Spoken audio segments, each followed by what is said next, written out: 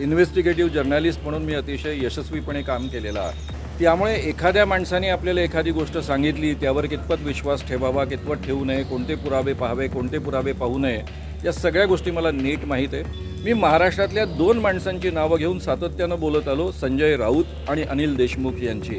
मला कोणी विकत घेऊ शकतं का, सुपारी देऊ शकतं का, कोणाच्या सांगण्याखातर मी वागू शकतो का? त्यामुळे ह्या सगळ्या गोष्टी बोलताना मी नीट विचार करून बोललेलो आहे। माझ्या बोलण्यावर मी ठाम आहे। काँग्रेसी खासदारांनो आणि आमदारांनो, हातामध्ये बांगड्या भरा आणि हुकुमशहा बाईंच्या तालावर बेताल नाचा। त्यावेळेस ही या देशाची आवश्यकता होती, या देशावर अरिष्ट आलं होतं, हुकुमशाही लादल्या गेली होती, त्याला विरोध करणं हे आमचं कर्तव्य होतं, त्यावेळेस केलं। तुम्ही पत्रकार आहात, मी पत्रकार आहात, कोणत्या गोष्टी आपल्याला दाखवल्या जातात, कोणत्या दाखवल्या जात नाही, त्यामध्ये काय असतं? मी अंतर्गत राजकारणामध्ये पडत नाही। देवेंद्रजी काय बोलले, अनिल देशमुखजी काय बोलले, इतरांविषयी काय बोलले, याबद्दल मी बोलतच नाही। पहिला मुद्दा असा, मी सार्वजनिक जीवनामध्ये 1970 सालापासून आहे। आज 54 वर्ष झाली। मी स्वतः 14 वर्ष पत्रकारिता केली आहे। इन्व्हेस्टिगेटिव्ह जर्नलिस्ट म्हणून मी अतिशय यशस्वीपणे काम केलेलं आहे। गेले 43 वर्ष मी अखिल भारतीय अंधश्रद्धा निर्मूलन समितीचं काम करतो आहे आणि हजारो लोकांचा भांडाफोड केलेला आहे। त्यामुळे एखाद्या माणसाने आपल्याला एखादी गोष्ट सांगितली त्यावर कितपत विश्वास ठेवावा, कितपत ठेवू नये, कोणते पुरावे पाहावे, कोणते पुरावे पाहू नये, या सगळ्या गोष्टी मला नीट माहीत आहे।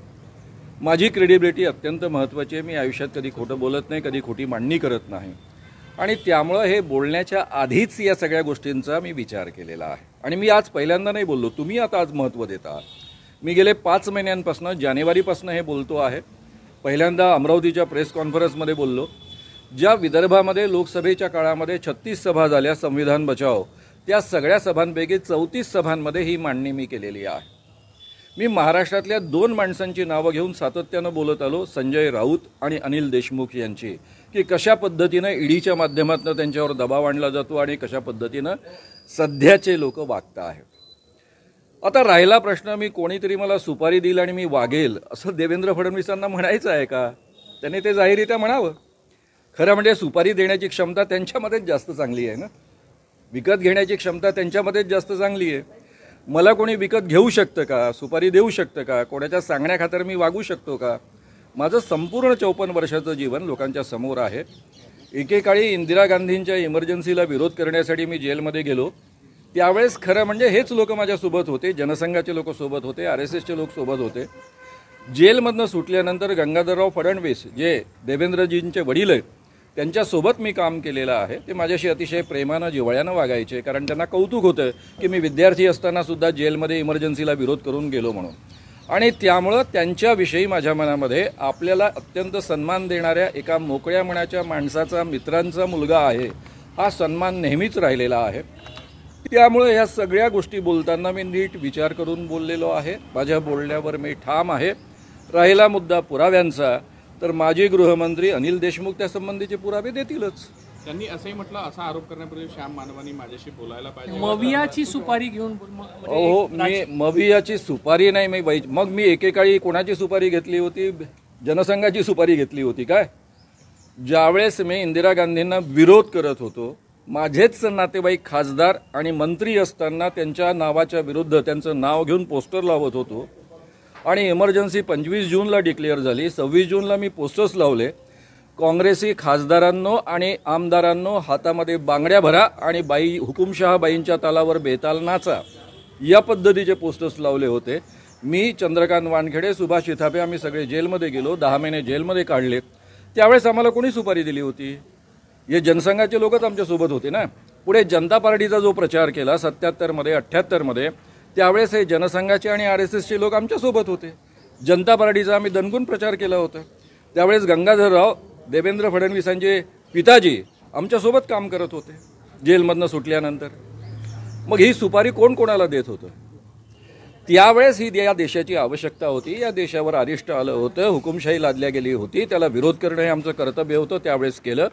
आजही त्याच पद्धतीची सिच्युएशन आहे असं माझं स्वतःचं मत असल्यामुळंच लोकसभेमध्ये या पद्धतीचं जनजागरण करण्याचा प्रयत्न केला आहे आणि आता विधानसभेमध्ये सुद्धा करणार आहे। देवेंद्र फडणवीसांचं असं पण मत होतं की माझे श्याम मानवांशी अनेक वर्षांचे संबंध आहेत, त्यांनी हे बोलण्याआधी माझ्याशी चर्चा करायला हवी। बेसिकली मला जर एखाद्या विषयाची खात्री पटली असेल आणि देवेंद्र फडणवीस इतके इझिली अवेलेबल आहेत का? तुम्हाला सोपं वाटतं का? 3 वर्ष मी तासंतास वाट पाहिलेली आहे त्यांची भेटण्यासाठी. त्यामुळे तुम्हाला इतकं सोपं वाटतं भेटणं असं नसतं. त्यामुळे असं जर असतं की मला विचारावं असं वाटलं असतं डेफिनेटली मी जाऊन विचारलं असतं. सर, आपण म्हणालात की मी खात्री करूनच बोलतो, आता खात्री करूनच बोललो आणि पुरावे अनिल देशमुख मांडतील. आपण ते पुरावे जे अनिल देशमुखांकडे आहेत ते पाहिले होते का, तपासले होते? मला खात्री पटली. एक साधी गोष्ट आहे, खात्री पटल्याशिवाय मी बोलणार नाही. आणि मी कंटिन्युअस बोलतोय म्हणजे इतक्या दिवसांपासून. नाही, पण पुरावे आपण ते पाहिले आहे स्वतः. मी पुन्हा सांगतो, पुन्हा वाक्य रिपीट करतो, मला खात्री पटल्याशिवाय मी बोलणार नाही. सर, पुरावे पाहणे आणि पुन्हा मी सांगतोय तेच सांगतोय. कोणते पुरावे किती पाहायचे असतात, कसे पाहायचे असतात. तुम्ही पत्रकार आहात, मी पत्रकार आहात. कोणत्या गोष्टी आपल्याला दाखवल्या जातात, कोणत्या दाखवल्या जात नाही, त्यामध्ये काय असतं हे सगळं मला माहीत आहे ना. म्हणूनच मी बोललो ना.